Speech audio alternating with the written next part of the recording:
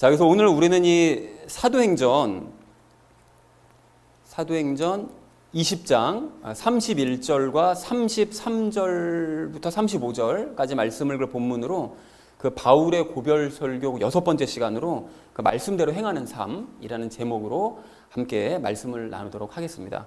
자, 우리가 그 지난주에 32절 그 한 절 말씀을 가지고 그 이리들을 물리치기 위해서 그 말씀이 얼마나 중요한 의미를 갖는가, 이제 이것에 대해서 함께 이야기를 나눴습니다. 그래서 관련된 이야기 우리가 세 가지를 지난주에 나눴었거든요. 그 첫 번째로 나눴던 이야기가 무엇이었을까요? 그렇습니다. 나를 말씀에 맡기자라고 이제 지난주에 말씀을 나눴었죠. 그래서 바울이 그 고별 설교를 할 때 그 에베소 장로들에게 얘기한 걸 보니까 자기가 이제 떠나는 입장에서 그 에베소 장로들에게 하는 말을 봤더니 사람에게 어떤 사람을 불러다가 그 에베소 장로들이나 성도들을 맡기는 것이 아니라 하나님과 그분의 이제 말씀에 맡긴다라고 얘기를 했습니다. 왜 그렇게 할 수 있었는가 하면 말씀의 능력을 바울이 믿었기 때문에 자신 있게 맡길 수 있었던 것이었죠.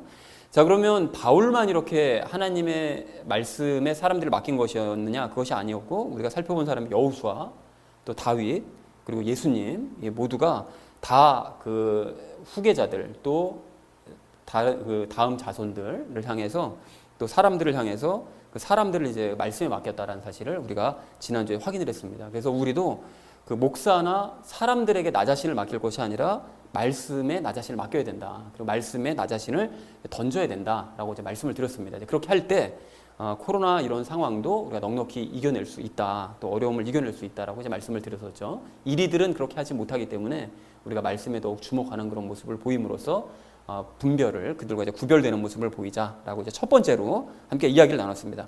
자, 그런가 하면 우리 두 번째로 나눴던 이야기가 무엇이었을까요? 그렇습니다. 특별히 우리가 은혜의 말씀에 나 자신을 맡기자고 그랬습니다. 말씀에 우리 자신을 맡겨야 되는 것은 맞는데 그냥 말씀에 맡기는 것이 아니라 특별히 우리가 은혜의 말씀에 우리 자신을 맡겨야 된다고 그랬습니다. 그러니까 다시 말해서 연합의 관점에서 성경을 읽고 해석해야 된다. 그걸 또 삶에 적용해야 된다라고 이제 말씀을 드렸었죠. 그러면서 지난주에 어떤 그 한 목사님의 이제 고백을 우리가 함께 나눴었는데요. 그 목사님은 그 모여서 예배 드리는 거기에 자기의 모든 일주일에 한 번 드리는 예배에 자신의 모든 것을 다 드리고 사역에 생명까지 건다고 얘기를 하셨는데, 안타깝지만 그분은 연합을 지금 모르고 계시기 때문에 그 종교적인 열심으로 도리어 성도들을 열심히 지금 죽이고 있는 상태다라는 얘기를 우리가 함께 나눴었죠. 그래서 우리가 연합을 깨닫고 아는 것이 너무나 중요하다라고 말씀을 드렸습니다. 그래서 모두가 다 불 가운데로 지나가는 이때에 우리는 더욱 연합의 말씀에 주목해서 이 상황을 넉넉히 이기자라는 것이 우리 두 번째로 함께 이야기를 나눴습니다. 자, 그런가 하면 마지막 세 번째로 나눴던 이야기가 무엇이었을까요? 구별되자라고 그랬습니다. 그러니까 우리가 연합의 말씀에 우리가 주목해서 말씀이 우리가 강력하게 자라나게 해야 된다라는 얘기를 우리가 지난주에 했었었고요. 그리고 이런 어려움에 도리어 모든 사람들이 다 쓰러지고 넘어진다 할지라도 우리는 도리어 반석 위에 든든히 서자. 그리고 이런 와중에 모든 사람들이 뭐 예수님 닮아가는 거에는 관심도 가지지 않는 이러한 시대에, 이러한 때에 우리는 더욱 그리스도의 본연의 자세, 즉 예수님을 닮아가는 일에 더욱 열심을 내므로써 구별된 모습을 보이자. 그래서 선배들이 모두 상속받았던 그 천국을 우리도 함께 상속받자라는 얘기를 마지막 세 번째로 함께 나눴습니다.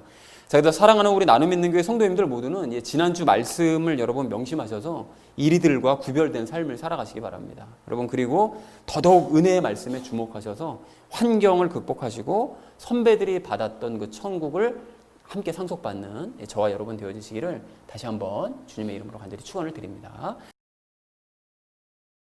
자, 지난주에 우리가 그 나눴던 그 주제가 무엇이었는가 하면 바로 이것이었죠.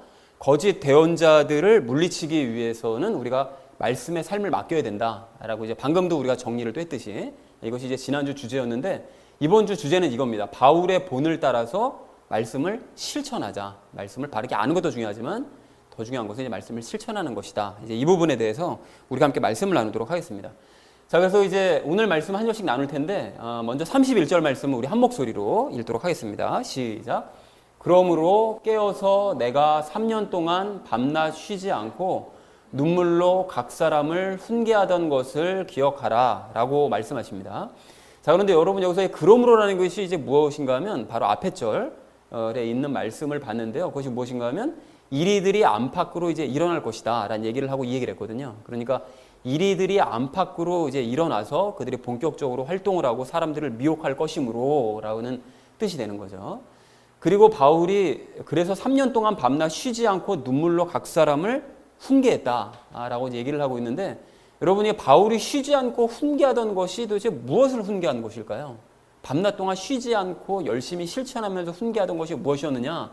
그 앞에 있던 18절부터 21절 말씀이 그 내용이라고 지난주에 예전에 말씀을 드렸습니다. 그러니까 즉 가르치고 세례 주고 말씀대로 행하게 하는 그 예수님의 명령을 바울이 쉬지 않고 실천을 하고 그것을 가르치는 일을 3년 동안 쉬지 않고 가르쳤었다라는 거 얘기를 하고 있습니다.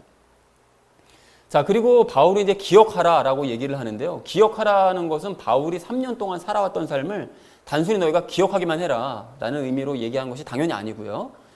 에베소 장로들도 바울과 같이 살라는 그런 의미입니다. 내가 그렇게 3년 동안 살고 가르쳤던 것처럼 너희도 똑같이 그렇게 살아내라 라는 그런 뜻인 거죠. 그렇게 할 때 이리들로부터 너희도 안전할 수 있고 성도들도 안전하게 지킬 수 있다 라고 바울이 이제 얘기를 하고 있습니다. 자, 그런데 참고로 이제 여기서 참고하실 것은 그 바울은 지난주까지는 예수님의 명령 중에서 그 가르치고 세례 주는 것, 이것에 대해서 얘기를 했습니다. 그래서 바른 말씀에 대해서 얘기하고 그러므로 말미암아 성령님과 하나 되어 연합해서 예수님과 연합하는 것에 대해서 지난주에 이제 설명을 했다면, 이제 오늘은 마지막으로 그 예수님의 명령 중에 마지막 명령, 그러니까 뭡니까? 말씀대로 행하는 삶에 대해서 얘기를 하고 있습니다. 이제 그것이 중요하다라고 이제 얘기를 하고 있는데, 그 앞에 그 두 가지는, 그러니까 이리들은 예수님과의 연합을 잘 모릅니다. 예수님과의 연합을 알 수가 없기 때문에 이들은 말씀으로, 바른 말씀으로, 연합의 말씀으로 그들을 이제 분별을 해내야 된다. 연합의 말씀 알고 있느냐 모르고 있느냐, 그것을 또 바르게 가르치고 있느냐 못 가르치고 있느냐, 이것을 가지고 이제 그 이리들을 이제 분별을 해내야 된다고 얘기를 했다면, 이번 주에는 그 이리들이 이제 말씀대로도 살지 못합니다. 그렇기 때문에 그들이 흉내내지 못하는 그런 삶을 너희는 살아내야 된다라고 얘기를 하고 있는 거죠. 왜 이리들이 살아내지를 못할까요? 왜 살아내지 못하는가 하면 예수님과 연합하지를 못했기 때문에 그들은 말씀대로 살고 싶어도 살아낼 수가 없습니다. 살아내지 못하는 거죠. 자, 그래서 31절 말씀을 이렇게 정리를 해볼 수가 있겠는데요. 어떻게 정리할 수 있을까요? 이리들이 안팎으로 일어날 것이므로 너희는 깨어있어라. 그리고 3년 동안 쉬지 않고 예수님의 명령대로 행했던 나의 삶을 너희가 기억하고 너희도 실천을 해라 라는 것이 31절 말씀 전체의 말씀의 의미가 되겠습니다. 자, 그런가 하면 이어서 이제 33절 말씀을 우리 한 목소리로 읽도록 하겠습니다. 시작. 내가 어떤 사람의 은이나 금이나 옷을 탐내지 아니하였으며 라고 이제 말씀하시는데요. 여기서 은이나 금이나 옷을 탐내지 않았다고 지금 말을 하고 있는데, 바울이 지금 방금 얘기했던 것처럼 이리들을 분별하기 위해서는 그 방법으로 행함에 대해서 지금 행해야 된다라는 걸 얘기하고 있다가 왜 갑자기 재물, 즉 은이나 금이나 당시에는 옷도 이제 재물에 포함됐으니까요. 그런 것을 왜 언급을 했을까요? 이거 왜 언급했는가 하면 이리들은 재물을 탐했기 때문에 그랬던 거예요. 그러니까 이리들과 이제 분별되는 모습이 바로 이제 바울이 분별되는 모습이 바로 이건데, 그 이리들은 이제 재물을 탐했지만 바울은 이제 그러지 않았다. 그러니까 그것이 이제 이리들과 자기가 이제 분별되는 모습이다, 구별되는 모습이다라고 얘기하고 싶었던 거죠. 그래서 가령 그 복음을 전파하는 것을 핑계 삼아서 그 성도들에게 섬김을 받으려고 하고 또 대가를 받아 챙기는 그런 사람들이 있었거든요. 그 가짜 그 전도자들이 있었었는데, 그 사람들을 겨냥해서, 그 이리들을 겨냥해서 바울이 얘기를 한 것이었습니다. 근데 이 사람들, 가짜 전도자들이 누구냐, 이것에 대한 자세한 내용은 이따가 별도로 따로 언급을 하도록 그렇게 하겠습니다. 그래서 33절의 전체 의미는 이렇게 될 수 있는데요. 나는 이리들처럼 그 어떤 사람의 은이나 금이나 옷을 탐낸 적이 없었다. 그러니까 너희도 그렇게 해야 된다라는 것을 이제 얘기하고 있는 거죠. 자, 그래서 이어진 34절 말씀 우리 함께 한 목소리로 읽도록 하겠습니다. 시작. 참으로 너희가 알거니와 내가 이 손으로 나의 필요한 것들을 마련하였고 또 나와 함께한 자들을 섬겼노라 라고 말씀하고 계십니다.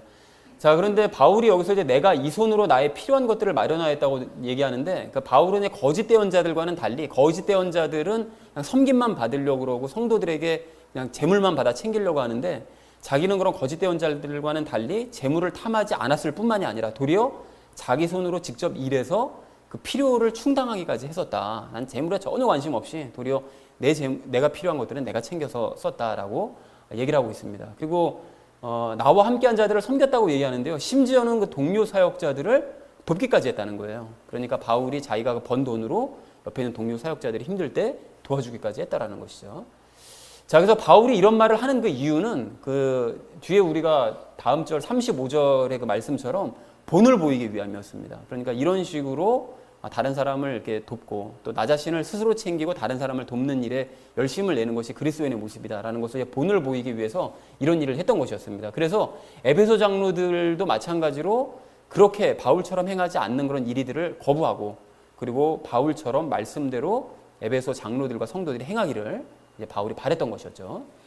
자, 그런데 여러분 여기서 그 34절 말씀에서 그 중간에 써져 있는 이 말씀, 내가 이 손으로 나의 필요한 것들을 마련하였다라는 이 말씀에 우리가 잠깐 좀 짚고 넘어갈 것이 있는데요. 확인할 것이 한 가지가 있는데요.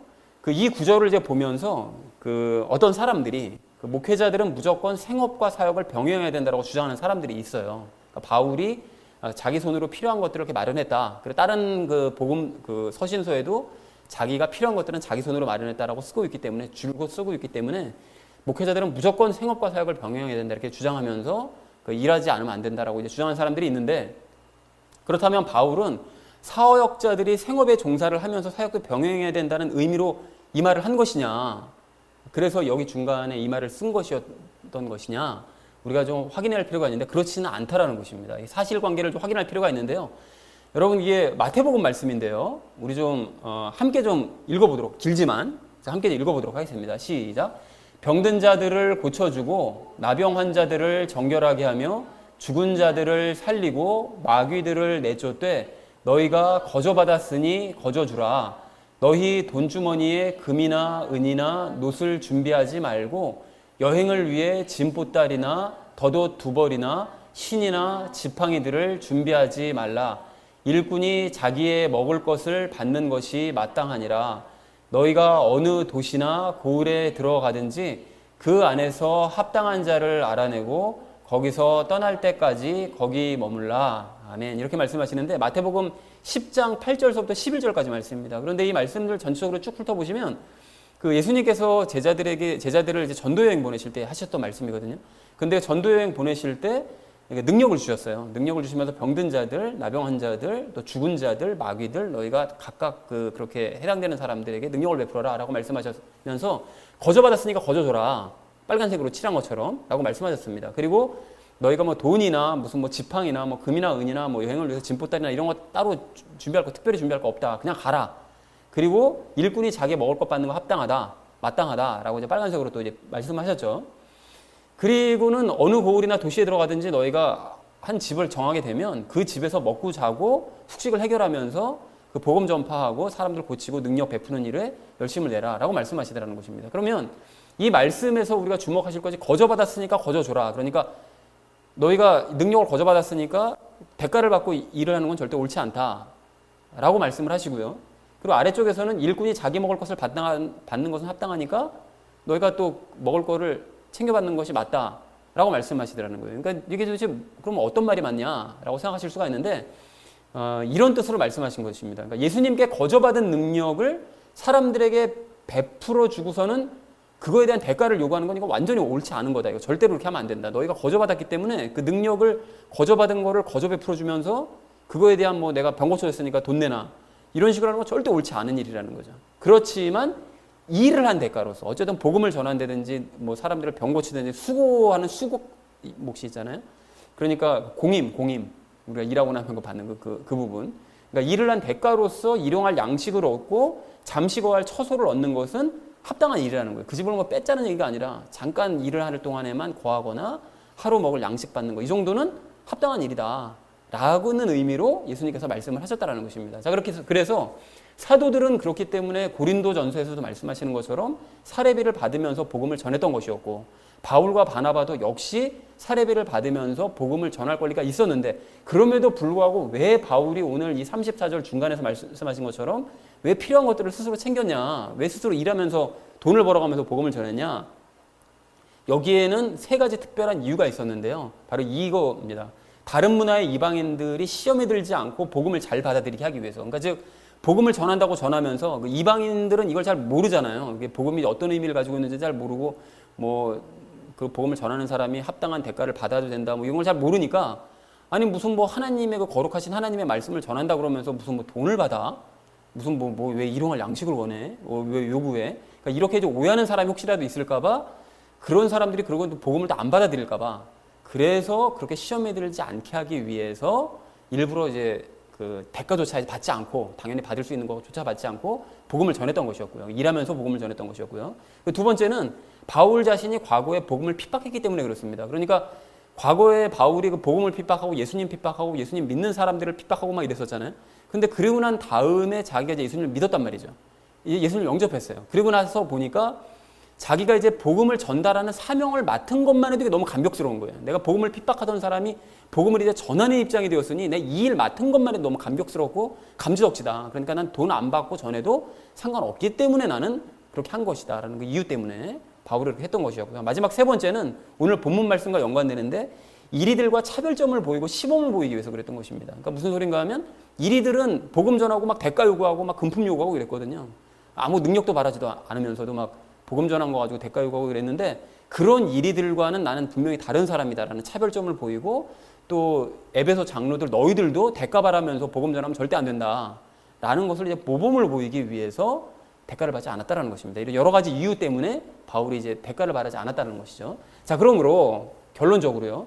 바울은 모든 사역자들이 생업을 병행해야 된다는 의미로 이 말을 한 것이 아닙니다. 그런 의미가 아니라는 거죠. 또는 자신이 다른 사도들보다 내가 뭐 대가 안 받고 복음 전하니까 더 훌륭한 사람이고 나는 더 열심히 있는 사람이야. 이걸 말하고 싶었던 것도 당연히 아니었다라는 거죠. 그러니까 자신은 특수한 상황에 지금 처해 있었기 때문에 생업을 병행할 수밖에 없었다라는 사실을 지금 말하는 것이고 그리고 특히 이리들 때문에 예수님의 말씀을 실천하는 모범을 보이고자 이 말을 했던 것이었다라는 사실을 분명하게 확인하시고 이것에 대해서 잘못된 주장을 하시는 분들을 혹시 뭐 말씀을 들을 때 헷갈리실까 봐 확인을 했으면 좋겠다는 생각에 정리를 좀 해봤습니다.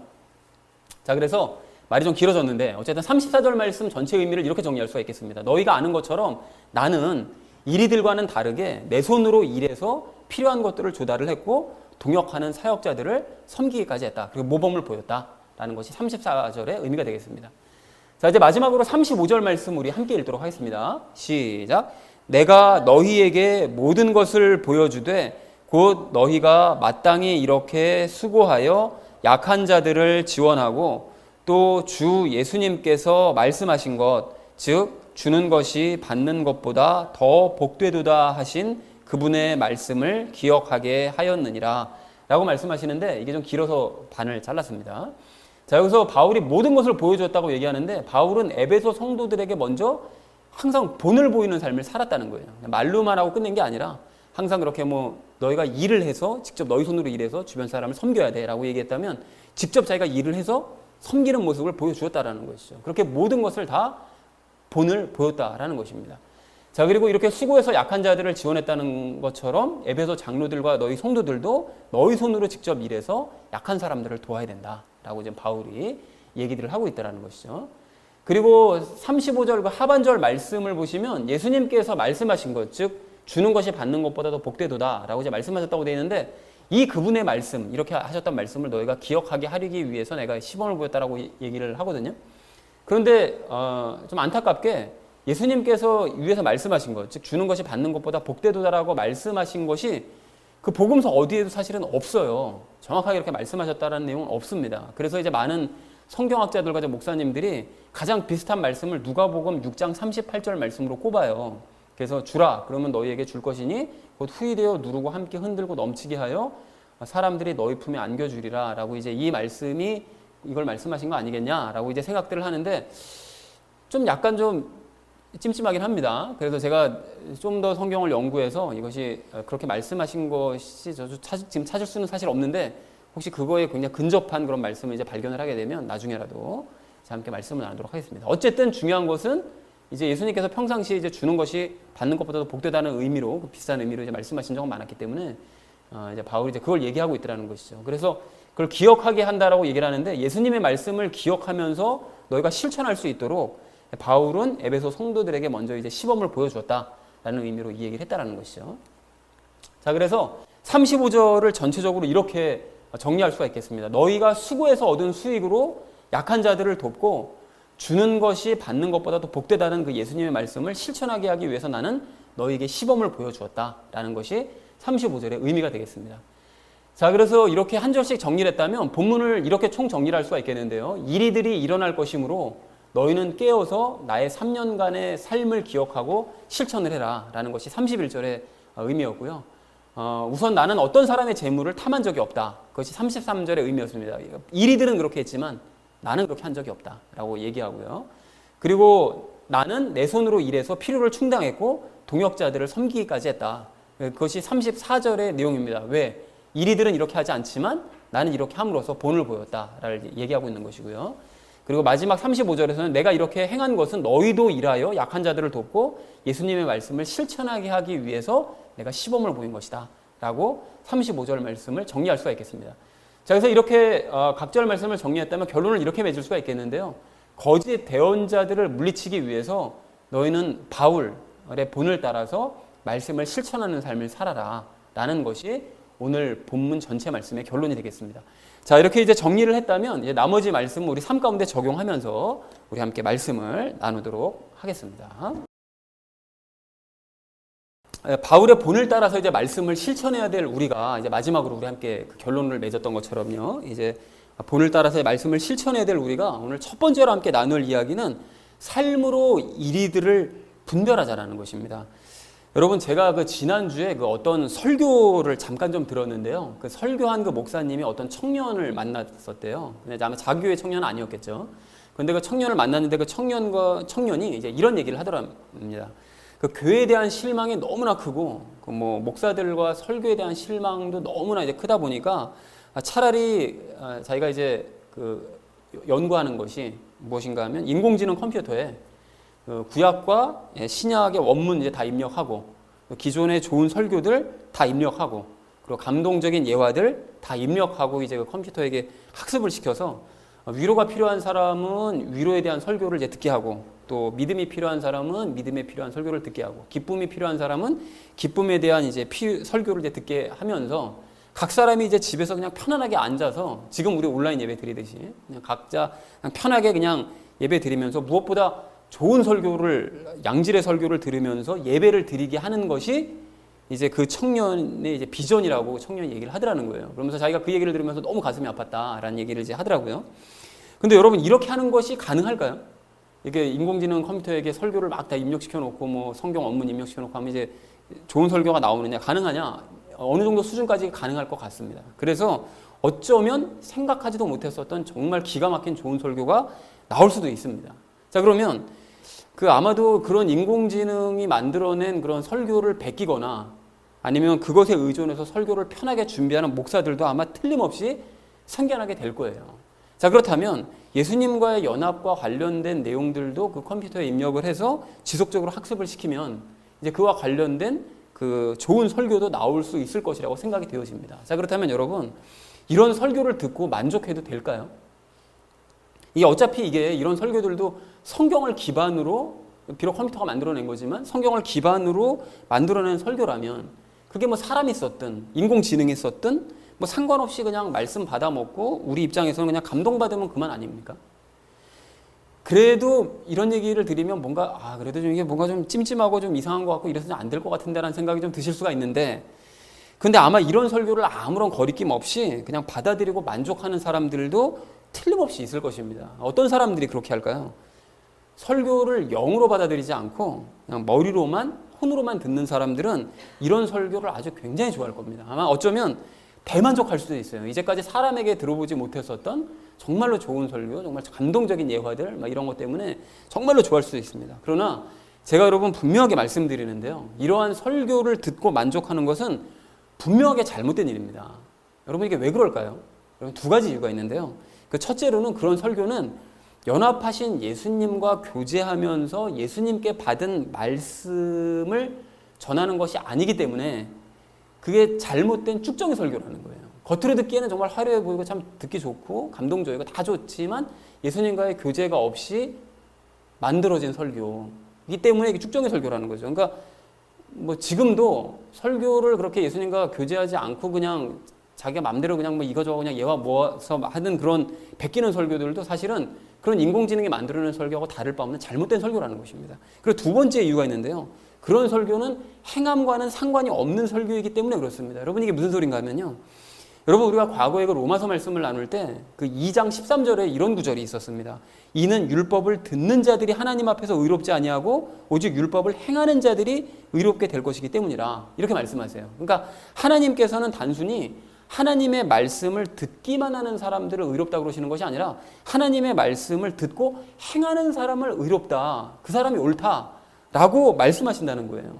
그래서 우리가 설교를 하는 이유가 뭐냐면 설교를 왜 할까요? 설교하는 이유는 말씀을 듣고 결국 궁극적으로 행하게 하는 게 목적입니다.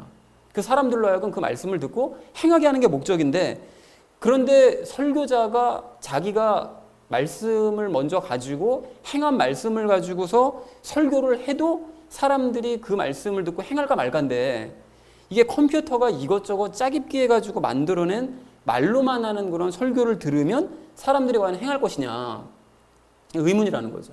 그리고 모르긴 해도 사람들이 자기가 원하는 설교를 아무거나 주제를 정해놓고 마음대로 그 설교를 들을 수 있다면 행함에 대한 설교를 듣는 사람들은 아마 거의 없을 것 같아요. 그건 관심을 거의 갖지도 않고 그냥 위로 얻는 설교 듣고 또 기쁨을 얻는 설교 듣고 뭐 부자 되는 설교나 듣고 뭐 이럴 가능성이 훨씬 더 커질 것 같다는 거죠. 그렇게 되면 성도들이 사실 궁극적으로 설교를 듣는 목적이 행하는 게 목적인데 행함은 점차 사라져갈 수밖에 없지 않겠나라는 생각이 된다는 것입니다. 여러분 그래서 우리 성도님들 모두는 꼭 기억하시기 바랍니다. 여러분 하나님께서는 율법을 듣는 자를 의롭다고 하지 않으시고 율법을 듣고 행하는 자를 의롭다고 하십니다. 그래서 말로만 하는 설교를 듣기만 하는 것들 그러니까 우리가 예배당에 모여서 설교자는 말로만 하고 듣는 사람은 듣기만 하고 이런 것들을 우리 하나님께서는 전혀 기뻐하지 않으신다는 거예요. 그러면 그 설교 시간은 쓸데없는 짓 하고 있는 거예요. 하나님께서 전혀 받지 않으시는 그냥 말하기만 하고 듣기만 하는. 그래서 마침 우리가 지난주에 그 말씀의 중요성에 대해서 우리가 얘기를 나눴었는데요. 말씀을 보고 듣는 것 너무 중요한 일이면 틀림없습니다. 틀림없지만 거기서 끝나면 안 된다는 거죠. 거기서 끝나면 안 되고 말씀을 보고 들었다면 우리가 본문 말씀처럼 그 말씀대로 실천하는 거 살아내는 것이 너무나 중요한 일이라는 것입니다. 그래서 여러분 한번 생각해 보십시오. 나중에 우리 하나님께서 심판하실 때 무엇을 기준으로 심판하신다고 말씀하시죠? 성경 100번 읽은 사람 그 100번 읽은 거 기준으로 뭐 천국 갈 거 지옥 갈 거 심판하십니까? 아니죠.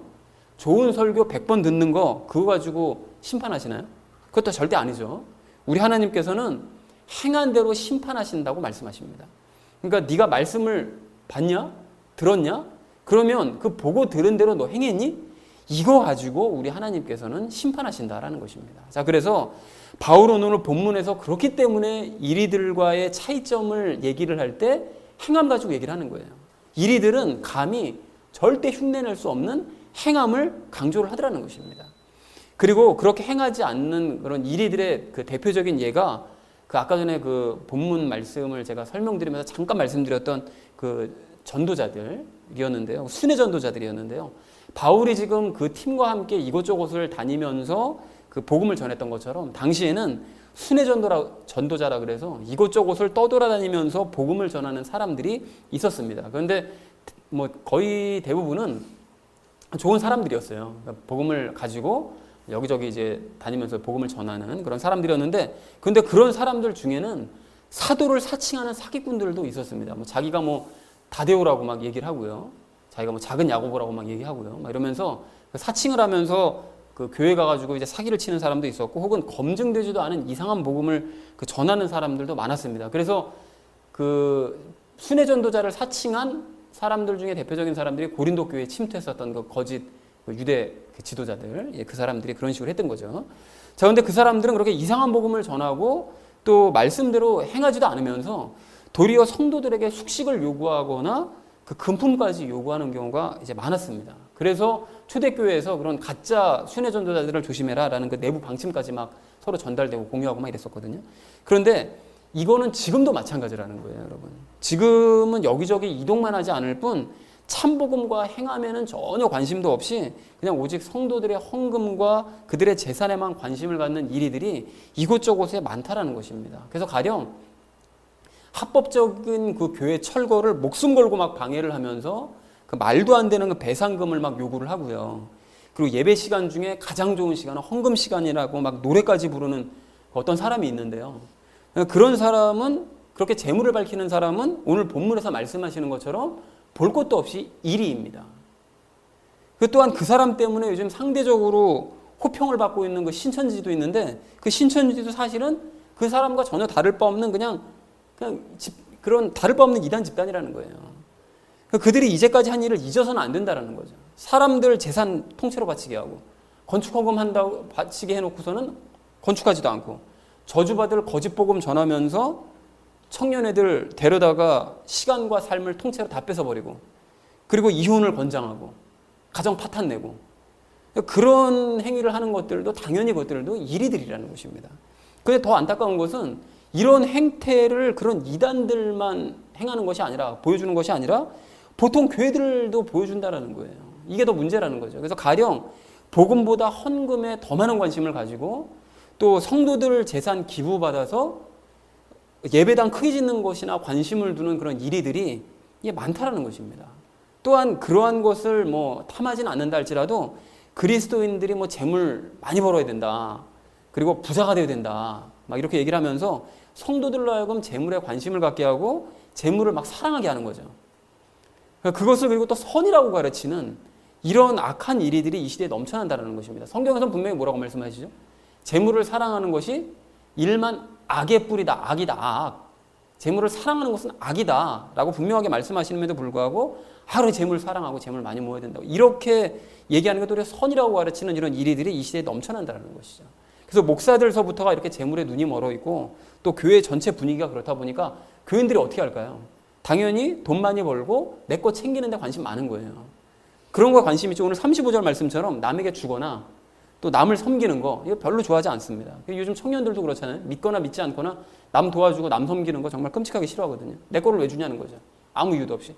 그러니까 이렇게 온 세상이 다 재물을 사랑하고, 그렇기 때문에 자기 거 나눠주는 것, 오늘 성경 35절 말씀과 같은 그런 가르치면 완전히 다 무시하고 있는데, 교회가 앞장서서 그 짓 하고 있다는 거예요. 혹시 관심을 갖더라도, 남에게 돕는 일에 관심을 갖는 사람이라 할지라도 더 받기 위한 그런 전술에 지나지 않는다는 것입니다. 지난 금요일 큐티 말씀에서 봤던 것처럼 이스라엘 백성들은 주신 것 이상의 환경들을 탐하다가 결국 우상을 숭배하고, 그래서 모두가 다 망하고야 말았습니다. 여러분, 우리가 잊어서는 안 된다는 거죠. 지금의 많은 교인들도 그 사람들과 다르지 않다라는 거예요. 바울이 강조한 말씀 실천, 이건 완전히 외면한 채 남에게 주어라, 너희가 일한 것으로 남을 도와야 된다, 섬겨라, 이런 얘기는 완전히 외면한 채 재물을 우상으로 삼고 재물을 열심히 탐함으로 말미암아 지금 망하는 길로, 이스라엘 백성들처럼 망하는 길로 가고 있다는 것입니다.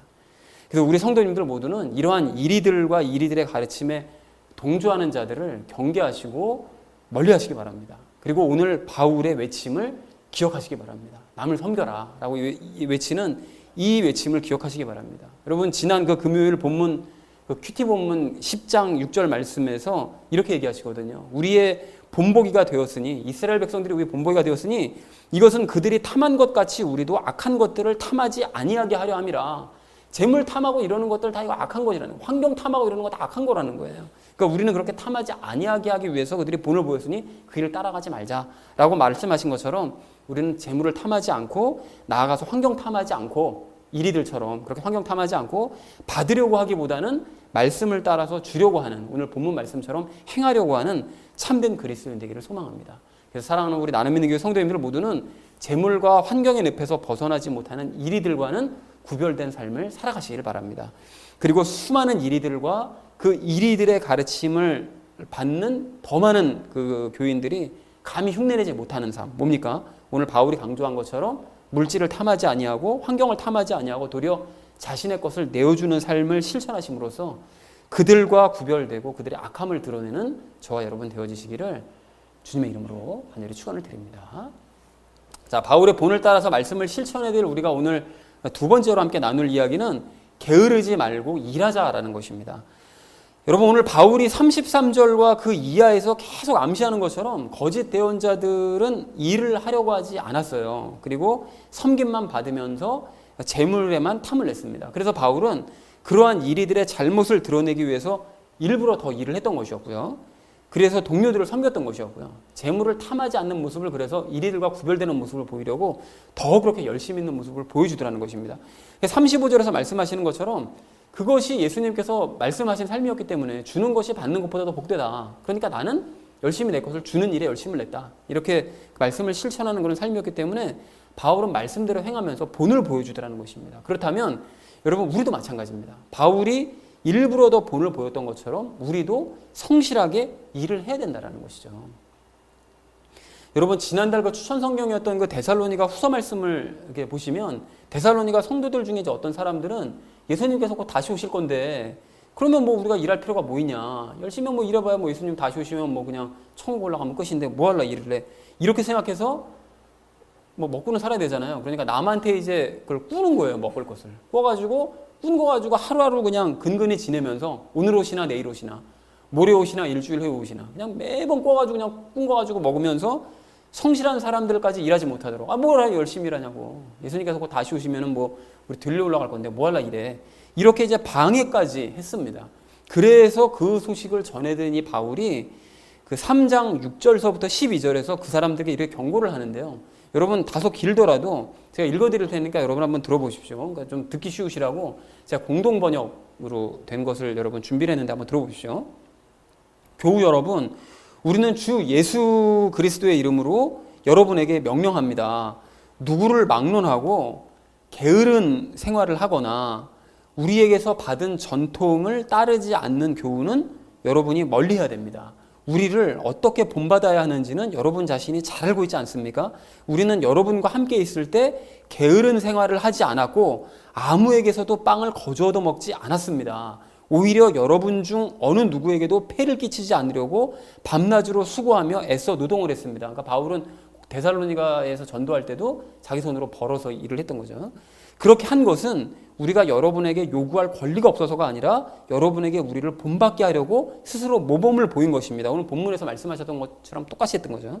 우리가 여러분과 함께 있을 때에 일하기 싫어하는 사람은 먹지도 마라 하는 말을 여러분에게 종종 했습니다. 그런데 여러분 가운데는 게으른 생활을 하며 아무 일도 하지 않고 남의 일에만 참견하는 사람이 있다는 말이 들립니다. 우리는 주 예수 그리스도의 이름으로 이런 사람들에게 명령하고 권고합니다. 말없이, 그러니까 조용히 일해서 제 힘으로 벌어먹도록 하십시오. 예수님께서 곧 다시 오신다는 핑계대면서 아무 일도 안 하고 그냥 계속 그렇게 살지 말고 여러분 손으로 일해서 벌어먹도록 하십시오 라고 얘기하더라는 거죠. 그러니까 바울은 당장 예수님께서 내일 오신다 할지라도 너희가 할 일은 마지막까지 성실하게 열심히 일해야 되는 것이다 라고 명령하더라는 것입니다. 여러분, 그리고 제가 항상 말씀드리지만 예수님께서 다시 오시는 날의 풍경을 마태복음 24장에서 어떻게 말씀하신다고요? 어떻게 말씀하시죠? 두 사람이 들에서 함께 일하고 있을 때 한 사람은 들려 올라갈 것이고 다른 한 사람은 남을 것이요. 두 여인이 맷돌을 갈고 있을 때 한 사람은 들려 올라갈 것이고 다른 한 사람은 남을 것이다. 이렇게 말씀하십니다. 즉 예수님께서 다시 오시는 그 순간까지 자기에게 주어진 일을 열심히 평범하게 맡겨진 바로 그 일을, 일상생활의 생계를 위한 바로 그 일을 열심히 성실하게 하다가 들려 올라가는 것이 그리스도인들이 가져야 될 자세라는 것입니다. 그런 의미에서 우리 성도님들 모두는 일을 하고 계시죠. 어떤 분은 회사 다니시고 또 어떤 분은 가르치시고 또 어떤 분은 뭐 이 모양 저 모양으로 관리하는 일을 하십니다. 그리고 가정에서 일하시는 분도 계시죠. 그리고 아이를 돌보는 일을 하고 계시는 분도 계십니다. 어떤 일을 하고 계시는지 간에 자신에게 맡겨진 일을 성실하게 열심히 잘 감당하시기 바랍니다. 여러분 열심히 하고 계신다면 더 열심히 하시기 바랍니다. 저도 예배 준비와 설교 준비, 성경 공부 준비, 큐티 준비, 그리고 교회 청소, 교회 관리, 인터넷 관리 등에 더 열심을 내도록 하겠습니다. 그러나 그렇다고 해서 일 중독이 돼서는 안 되죠. 그건 예수님께 주목해서 예수님과 함께 일을 하는 것이 아니라 일에만 주목하는 모습이기 때문에 일 중독이 되면 안 되는 것이고, 반대로 당연히 게으르면 안 됩니다. 오늘 바울의 말대로 그리스도인은 절대로 게으르면 안 된다는 거죠. 게으른 것은 예수님께 주목하는 삶이 아니라 자신의 편함에만 주목하는 삶이기 때문에 그렇다는 것입니다. 그리고 그것이 곧 이리들의 모습일 수 있다는 거예요. 그래서 사랑하는 우리 나눔 있는 교회 성도님들 모두는 예수님 다시 오시는 바로 그 순간까지 예수님과 함께 맡은 일을 성실하게 잘 감당하시기 바랍니다. 절대로 게으르지 마시고 남에게 대접받으려고 하지 마시고 자기 손으로 열심히 일해서 도리어 섬기는 사람들 되시길 바랍니다. 그렇게 이리들과 구별되는 모습을 보이셔서 이리들의 잘못된 모습을 드러내는 저와 여러분 되어주시기를 주님의 이름으로 간절히 축원을 드립니다.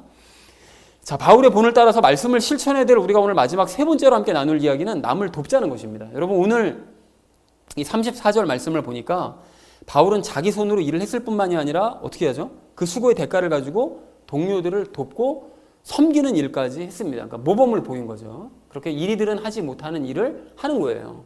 이리들은 편하게 앉아가지고 뭐 복음 같지도 않은 복음 전하면서 그냥 대접만 받으려고 하는데 자기는 도리어 열심히 사람들을 섬기는 모습까지 보이더라는 것입니다. 그렇다면 우리도 이러한 바울의 모습을 따라서 마땅히 남들을 돕되 내가 수고하고 희생한 것을 가지고 다른 사람들을 돕고 섬겨야만 합니다. 여러분, 이와 관련된 그리고 요즘 우리의 이 사회 상황과 이제 꼭 들어맞는 예화가 성경에 있는데요. 그 누가복음 10장의 선한 사마리아인 비유가 바로 그것입니다. 여러분, 이건 뭐 워낙 유명한 비유이기 때문에 뭐 내용은 다 아실 텐데요. 복습 차원에서 우리가 기억을 좀 더듬어 보시면 그 예수님께서 이 말씀을 하시기 전에 이제 어떤 일이 있었는가 하면 어떤 율법사가 예수님께서 설교하실 때 예수님을 이제 시험하려고 이제 질문을 한 가지 던졌습니다. 사람이 무엇을 해야 영생을 얻을 수 있습니까? 라고 이제 질문을 던진 거예요. 그러자 예수님께서 율법에 뭐라고 기록되어 있니? 이렇게 이제 반문을 하셨습니다. 그랬더니 그 율법사가 바로 하나님 사랑하고 이웃 사랑하라고 그러던데요? 라고 이제 바로 답을 했습니다. 그랬을 때 예수님께서 그 율법사에게 뭐라고 그러시죠? 행해. 그러면 너가 살 거야. 영생을 얻을 거야. 이렇게 이제 말씀을 하셨습니다. 그러자고 율법사가 이제 또 질문을 던지는데요. 그럼 내 이웃은 누굽니까? 뭐 이웃 같은 사람에게, 그러니까 자기가 지금 좋아하는 그런 그 사람에게 마음에 드는 사람을 이웃이라고 정해놓고 그 사람만 이제 사랑하고 싶으니까 이웃이 누굽니까? 라고 이제 확인을 받고 싶어 하더라는 거죠. 그러자 예수님께서 그 사마리아인 예화를 이제 들려주셨던 것이었는데요.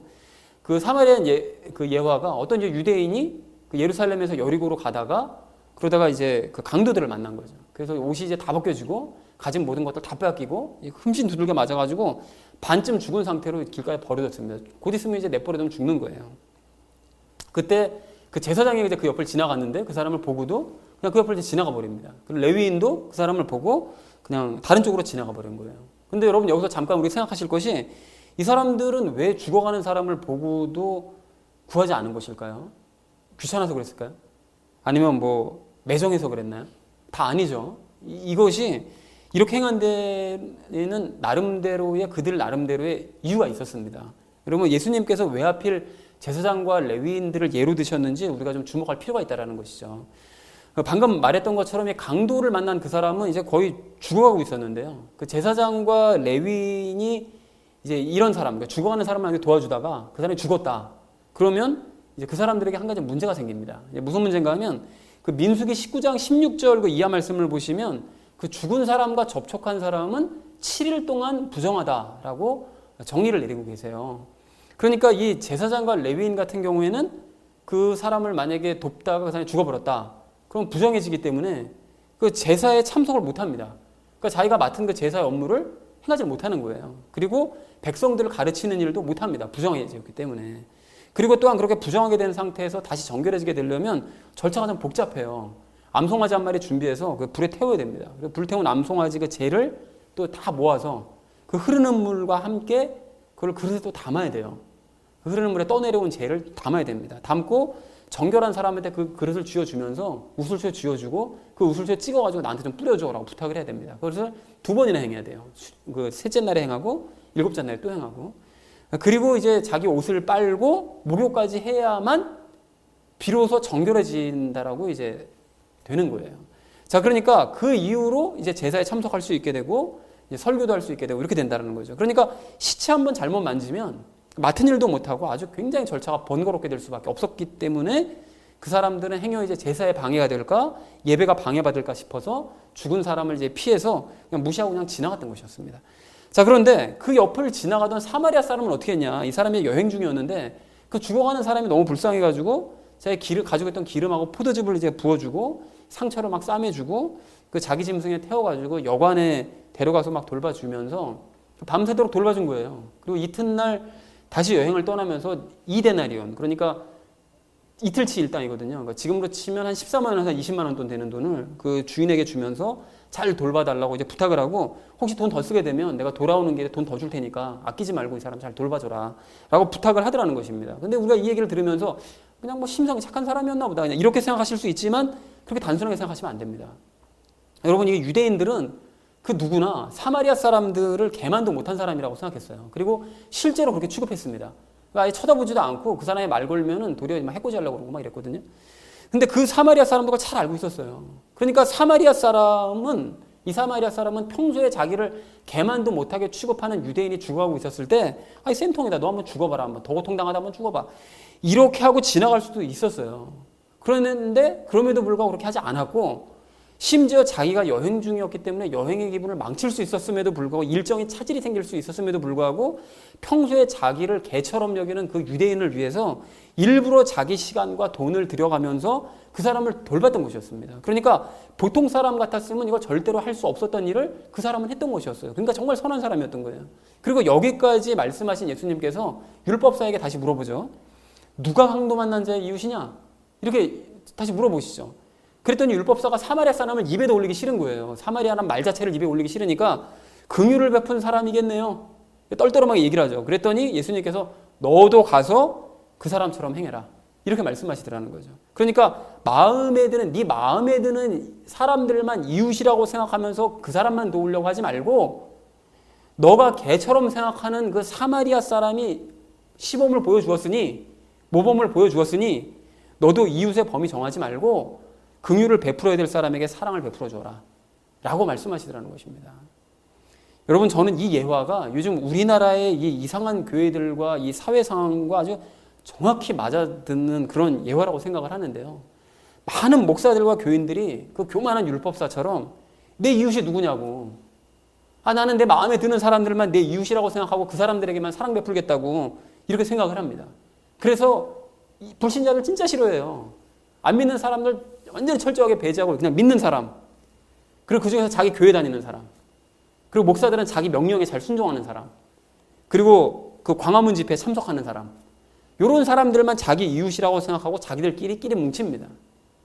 그리고 또한 제사장과 그 레위인처럼 세상 사람들이 코로나에 걸려서 좀 죽어가든지 말든지, 반 죽든지 말든지 전혀 신경 안 쓰고, 난 죽어가는 사람 그렇게 구하는 것보다 내 예배가 더 중요해, 난 예배 방해받기 싫으니까 빨리 예배당 가가지고 난 대면 예배 드릴 거야, 이렇게 고집들을 부립니다. 거기다가 자기들처럼 모여가지고 예배 드리지 않고 반쯤 죽어가는 사람들, 그 세상 사람들, 불신자들 신경 쓰느라고 대면 예배 포기하고 온라인 예배 드리는 그런 목사와 교인들은 자격이 없는 것들이라고, 아주 하나님께 아주 그냥 그 심판받을 것들이라고, 저주받을 것들이라고, 이렇게 저주까지 해요. 그 사람들이 적반하장도 유분수죠. 그렇다면 여러분, 예수님께서 그런 자들 10,000명이, 그런 사람들 10만 명이 모여서 예배를 드린다 한들 그 예배 받으실까요?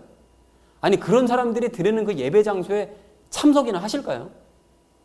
그런 자들은 정말 믿음 좋은 척하면서 온라인으로 예배 드리는 목사들과 교인들을 개만도 못한 사마리아 사람 취급을 하고 있지만, 예수님께서는 죽어가는 사람을 위해서 자기의 것을 희생하고 내놓은 사마리아 사람을, 그리고 그와 같은 수고를 하고 있는 우리들을 진정한 이웃이라고 생각하십니다.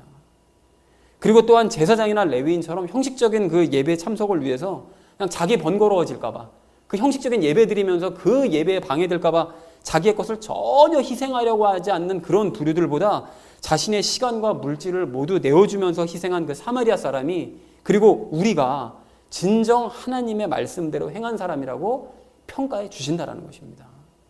사랑하는 우리 나눔 있는 교회 성도님들 모두는 자기를 개처럼 여기던 사람을 기꺼이 도와주었던 그 이름 없는 사마리아 사람처럼 대가를 바라지 말고 어떤 모양으로든 자기 것을 들여서 남을 돕고 섬기는 성도님들 되시길 바랍니다. 또한 바울이 에베소 장로들에게 시범을 보이면서 그들도 같은 길을 따라오기를 바랬던 것처럼 우리도 나의 것을 희생해서 남을 돕는 시범을 보이고 이리들은 도저히 흉내내지 못하는 구별된 삶을 사심으로써 하나님께 큰 칭찬받고 이리들의 악함을 세상 가운데 드러내는 저와 여러분 되어주시기를 주님의 이름으로 간절히 축원을 드립니다. 자, 이제 말씀을 정리합니다. 초반에 말씀을 드렸던 것처럼 이 말씀을 듣는 것만으로 만족하지 말고 말씀은 실천해야 됩니다. 그래야 신앙이 완성이 됩니다. 그리고 또한 말씀대로 살고 싶고 말씀대로 실천하고 싶어지는 것이 이게 그리스도인의 당연한 모습이기도 해요. 그냥 말씀을 뭐 나는 관심 없어 실천하는 거 이게 아니라 당연히 실천하고 싶어집니다. 그러나 이리들은 절대로 그렇게 하고 싶어 하지도 않고 행할래야 행할 수도 없습니다. 왜 그렇습니까? 그들 안에 예수님이 안 계시기 때문에 그렇다는 것이죠. 그래서 오늘 우리는 세 가지 이야기를 함께 나눴는데요. 행함 없이 물질만 탐하는 이리들 우리가 분별하자. 그렇게 말로만 하면서 섬김만 받으려고는 하는 그런 이리들과 우리는 구별되자. 그리고 이리들처럼 우리는 게으르지 말고 내 손으로 부지런히 일하자라고 말씀을 드렸고요. 그리고 나의 것을 희생해서 이리들과는 다르게 기꺼이 남을 돕고 섬기는 일을 행하자라고 말씀을 드렸습니다. 그래서 사랑하는 우리 나눔 믿는 교회 성도님들 모두는 이렇게 말씀을 보고 들으신 대로 행하심으로 말미암아 약한 이리들을 퇴치하시고 하나님께서 기뻐하시는 건강한 교회를 함께 만들어가는 저와 여러분 되어지시기를 주님의 이름으로 간절히 축원을 드립니다. 우리 함께 기도하겠습니다.